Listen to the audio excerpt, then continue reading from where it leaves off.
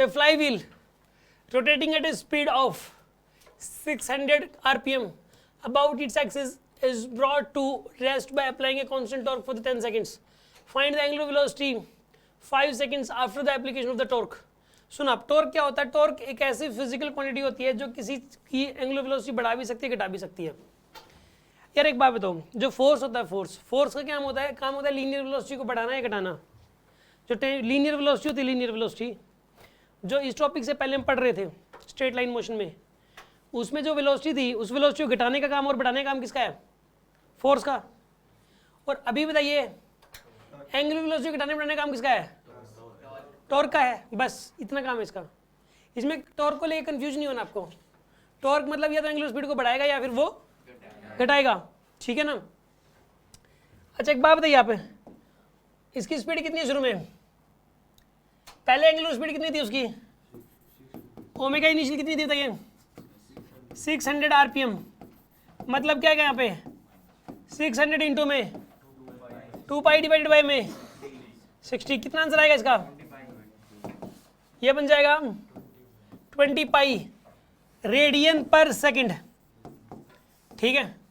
ये तो आ गई इसकी इनिशियल ओमेगा। फाइनल ओमेगा कितना है इसका? Final omega 0। और टाइम इंटरवल बताइए, इससे निकल जाएगा पहले अल्फा। पहले अल्फा निकालोगे आप, उसके बाद देखना क्या किसकी बात कर रहा है। पहले अल्फा निकालो। अल्फा कैसे निकालोगे बताइए आप? कौन सी इक्वेशन लगाओगे? Omega final equal to omega initial plus का अल्फा टी लगाओ। ओमेगा फाइनल कितना है इसमें? 0। ओमेगा इनिशियल कितना बोला हूँ? 20 पाई। अल्फा की वैल्यू कितनी यहाँ पे निकालनी है? टाइम की वैल्यू बोलो 10 सेकंड्स। तो 10 अल्फा की वैल्यू कितनी आएगी यहाँ पे? -20 पाई। यार अल्फा की वैल्यू कितनी आएगी यहाँ पे? माइनस में आना भी चाहिए था। ये माइनस में क्यों आना चाहिए बताओ? रुक रहा है, ये स्पीड कम हो रही है इसलिए। चलो ये 2 पाई आ गई यहाँ पे अल्फा की वैल्यू। अब ये बताना 5 सेकंड के बाद स्पीड क्या हो जाएगी उसकी, ठीक है। What is it speed after 5 seconds? 5 seconds के बाद स्पीड बतानी कितनी हो जाएगी? करिए आप इसको, दोबारा लगाओगे अब आप। Omega final equal to omega initial plus का अल्फा टी, यही करोगे ना अब इसमें। ओमेगा फाइनल तो हमें निकालनी है। ओमेगा इनिशियल कितनी थी इसकी? 20 पाई।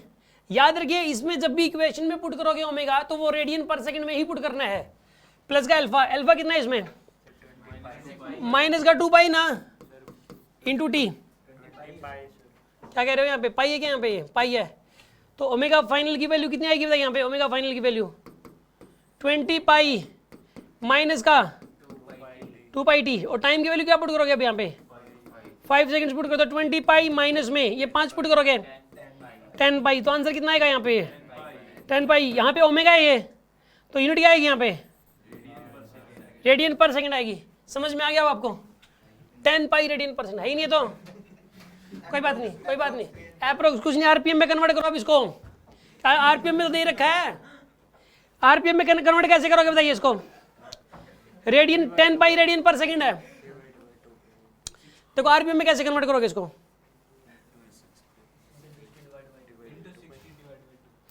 इसको आरपीएम में अगर कन्वर्ट करना है आपको